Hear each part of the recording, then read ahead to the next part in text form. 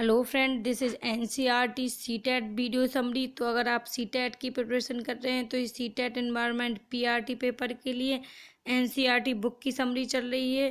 तो चलिए डिस्कस करते हैं। फर्स्ट पॉइंट क्या है? कालबेलिया जो सांप को अपनी बीन की धुन पर नचा सकते हैं।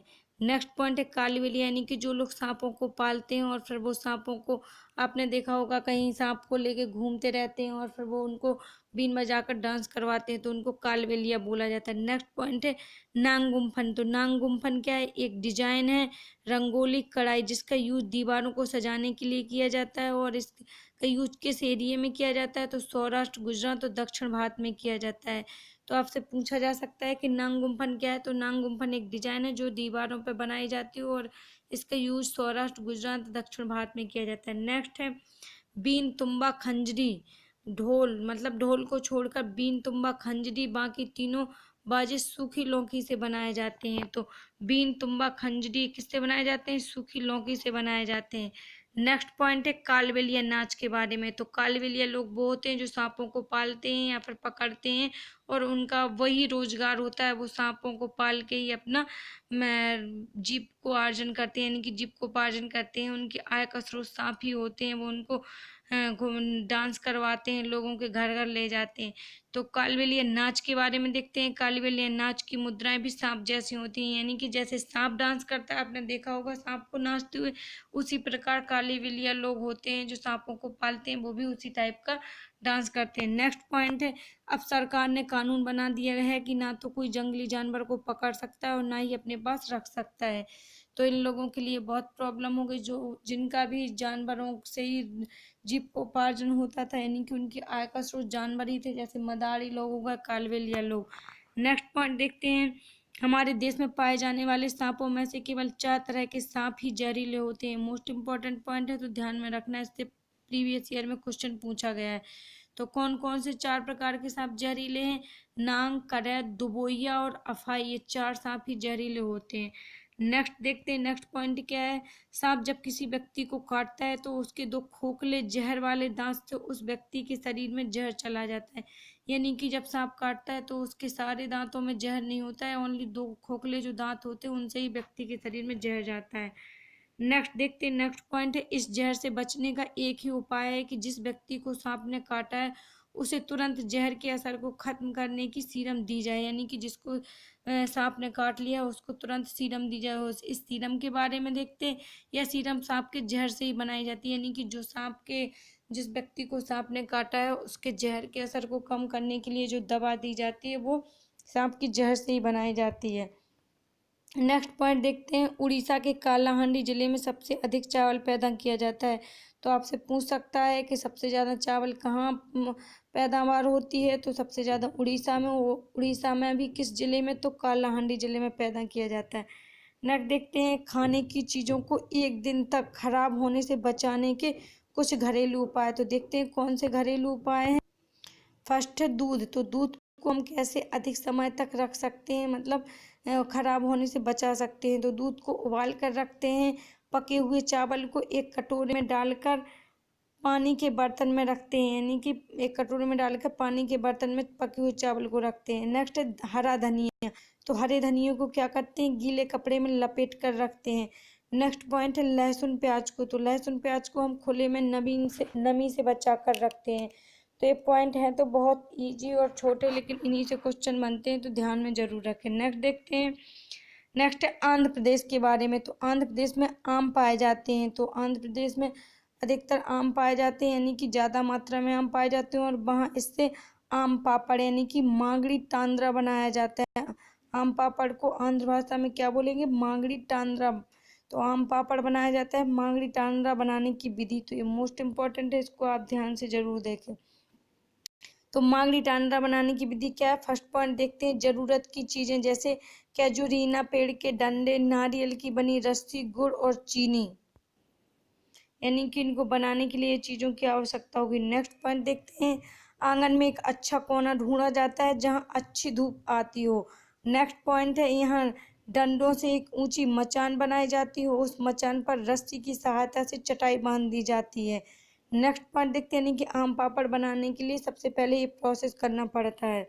नेक्स्ट है सबसे ज़्यादा पके आम लिए जाते हैं, यानी कि जो आम सबसे ज़्यादा पके होते हैं उन्हीं को आम पापड़ बनाने के लिए लिया जाता है। नेक्स्ट है आम का गूदा निकाल कर फिर एक बड़े बर्तन से में सूती कपड़े पर आम के रस को छाना जाता है ताकि गूदे में आम के रेशे ना रहें, यानी कि जो भी आम का गूदा निकाला है उसको एक सूती कपड़े से छाना जाता है ताकि जो भी रेशे हों वो निकल जाए। नेक्स्ट देखते हैं, नेक्स्ट पॉइंट है आम में आम के रस के बराबर मात्रा में गुड़ और चीनी डाली जाती है, यानी कि जो भी आम का गूदा निकाला है फिर उसमें आम की मात्रा के बराबर यानी कि जितना आम है उतनी ही गुड़ और चीनी डाली जाती है। नेक्स्ट पॉइंट देखते हैं, नेक्स्ट पॉइंट है बड़े चम्मच में अच्छे से मिलाकर, यानी कि जो भी गुड़ चीनी डाली है वो सबको अच्छे से मिलाकर पतली सी परत चटाई पर फैला दी जाती है, यानी कि जो भी चटाई बांधी है वो मचान वचान पर उस पर फैला दी जाती है, फिर उसे धूप में सूखने के लिए छोड़ दिया जाता है। नेक्स्ट पॉइंट है अगले दिन फिर एक और परत आम की परत पर जमा दी जाती है, ऐसी कई परतें जमाई जाती हैं। नेक्स्ट है अगले 4 हफ्तों तक सूखने दिया जाता है, यानी कि 1 मंथ तक सुखाते हैं उस आम पापड़ी को। नेक्स्ट 4 हफ्तों बाद यह परत 4 सेंटीमीटर की हो जाती है, यानी कि 4 हफ्तों बाद ये कितनी हो जाती है 4 सेंटीमीटर की। कुछ दिन बाद चटाई हटाकर आम पापड़ की परत को छोटे छोटे टुकड़ों में काट लेते हैं। नेक्स्ट पॉइंट देखते हैं, तो ये आम पापड़ी बनाने के लिए जो भी जितना भी प्रोसेस हुआ है वो सारे इस पॉइंट्स में है, तो आप इनको एक एक पॉइंट को ज़रूर ध्यान रखें और वीडियो को रिपीट करके देखें अगर आपको समझ में नहीं आया है तो। नेक्स्ट देखते हैं शिकारी पौधा, तो शिकारी पौधे के बारे में देखते हैं। कुछ ऐसे भी पौधे होते हैं जो चूहों मेंढक कीड़े मकोड़ों और छोटे जीवों का शिकार करते हैं। इनमें नेपेंथिस सबसे ज़्यादा मशहूर पौधा है, तो सबसे ज़्यादा नेपेंथिस पौधा है जो छोटे कीड़े मकोड़ों का शिकार करते हैं। तो देखते हैं नेपेंथिस के बारे में, तो यह ऑस्ट्रेलिया इंडोनेशिया और भारत के मेघालय राज्य में पाया जाता है। तो आपसे पूछा जा सकता है कि भारत में नेपेंथिस पौधा कहाँ पाया जाता है, तो मेघालय में पाया जाता है। नेक्स्ट देखते हैं इसी के बारे में, नेपेंथिस के बारे में। इसका आकार लंबे घड़े जैसा होता है जिसके ऊपर पत्ती का ढक्कन लगा होता है। नेक्स्ट देखते हैं, घड़े से खास खुशबू निकलती है जिसकी वजह से कीड़े खींचे चले आते हैं। नेक्स्ट पॉइंट है पौधे के ऊपर पहुंचते ही कीड़े फंस जाते हैं और बाहर नहीं निकल पाते, यानी कि जब कीड़े इस पौधे के घड़े जैसा आकार है उसके ऊपर पहुंचते हैं तो इसके अंदर फंस जाते हैं और बाहर नहीं निकल पाते हैं। तो ये कुछ नेपेंथिस पौधे के बारे में पॉइंट थे। नेक्स्ट देखते हैं वेलक्रो, तो वेलक्रो के बारे में देखते हैं।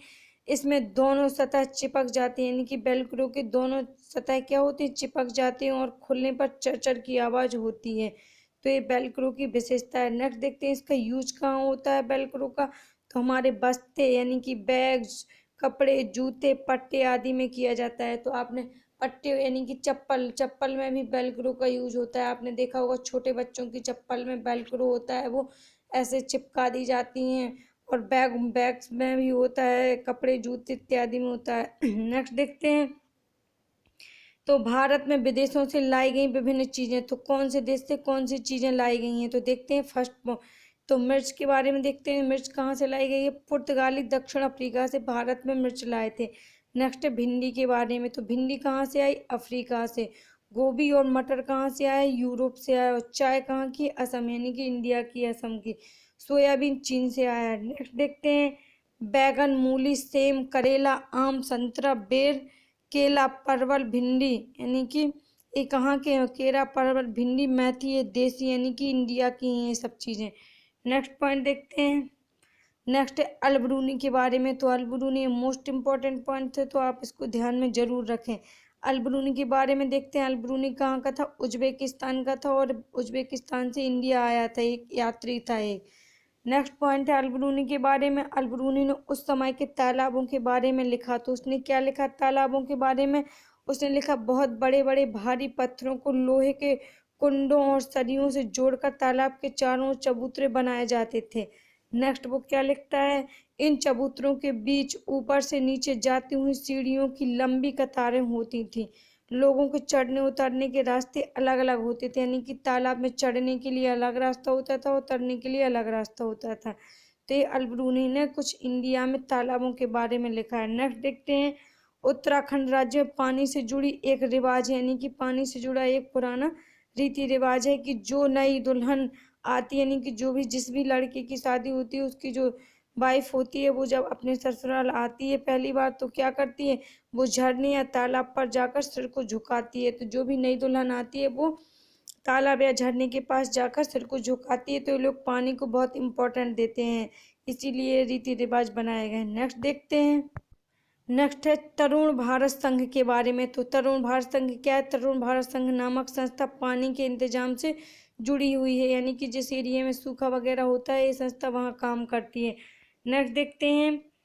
इडुक्की माई राजस्थान के अलवर जिले के एक गांव में रहती हैं। इन्होंने तरुण भारत संघ के साथ मिलकर अपने गांव में तालाब बनवाया। तो ये इतना ज़्यादा इम्पोर्टेंट नहीं है, लेकिन तरुण भारत संघ बहुत इम्पोर्टेंट है। नेक्स्ट देखते हैं। सभी सागरों के पानी में नमक होता है। तो नेक्स्ट पॉइंट क्या है? सभी सागरों के पानी में नमक होता है, लेकिन मृत सागर दुनिया का सबसे नमकीन सागर है। इतना नमकीन कि लगभग 1 लीटर पानी में 300 ग्राम नमक बनाया जा सकता है। तो ये पॉइंट आपके लिए इसलिए इम्पोर्टेंट है क्योंकि ये सारे एनसीईआरटी बुक्स में दिए गए हैं। वैसे तो बहुत से महासागर हैं, लेकिन मृत सागर को आपको ध्यान में जरूर रखना है क्योंकि इसका जिक्र एनसीईआरटी बुक्स में किया गया है, इसलिए। नेक्स्ट देखते हैं। मृत सागर में हम ऐसे तैर सकते हैं जैसे आराम से लेटे हों। तो ये इतना खारा है कि इंसान ऐसे तैर सकता है जैसे लेटे हों। नेक्स्ट देखते हैं दांडी यात्रा के बारे में। तो दांडी यात्रा के बारे में देखते हैं। यह घटना 1930 की है और दांडी यात्रा गांधी जी से संबंधित है, ये आपको पता ही होगा। तो नेक्स्ट पॉइंट देखते हैं। समुद्र के पानी को जमीन पर क्यारियों की तरह बनाए गए गड्ढों में भर दिया जाता है, यानी कि दांडी यात्रा का संबंध क्या है? नमक कानून को तोड़ने से रिलेटेड है और ये गांधी जी ने दांडी यात्रा शुरू की थी। तो ये कब शुरू की थी? 1930 में। ये आपके लिए इम्पोर्टेंट है। नेक्स्ट पॉइंट ये इम्पोर्टेंट है कि इसमें क्या किया जाता है? समुद्र के पानी को जमीन पर क्यारियों की तरह बनाए गए गड्ढों में भर दिया जाता है। नेक्स्ट देखते हैं। तेज धूप में पानी सूख जाता है और नमक वहीं रह जाता है, यानी कि पानी वाष्प बन के उड़ जाता है, नमक वहीं रह जाता है। नेक्स्ट है। इस यात्रा में गांधी जी ने अपने अनुयायियों के साथ मिलकर नमक कानून तोड़ा था। तो जितने भी पॉइंट इसमें दिए गए हैं वो आपके लिए इम्पोर्टेंट है, ना कि इस दांडी यात्रा से रिलेटेड और ज़्यादा इन्फॉर्मेशन, क्योंकि जितना एनसीईआरटी बुक्स में दिया है वो आपके लिए बहुत इम्पोर्टेंट है। नेक्स्ट देखते हैं। तो ये कुछ इम्पोर्टेंट था एनसीईआरटी बुक से रिलेटेड। अगर आपको ये वीडियो पसंद आए तो वीडियो को लाइक और शेयर ज़रूर करें, और चैनल को अगर सब्सक्राइब नहीं किया हो तो सब्सक्राइब जरूर कर लें। वैसे आप लाइक और शेयर ज़रूर करें, और अगर वीडियो अच्छा लगा हो तो कमेंट करके भी ज़रूर बताएं। Thank you.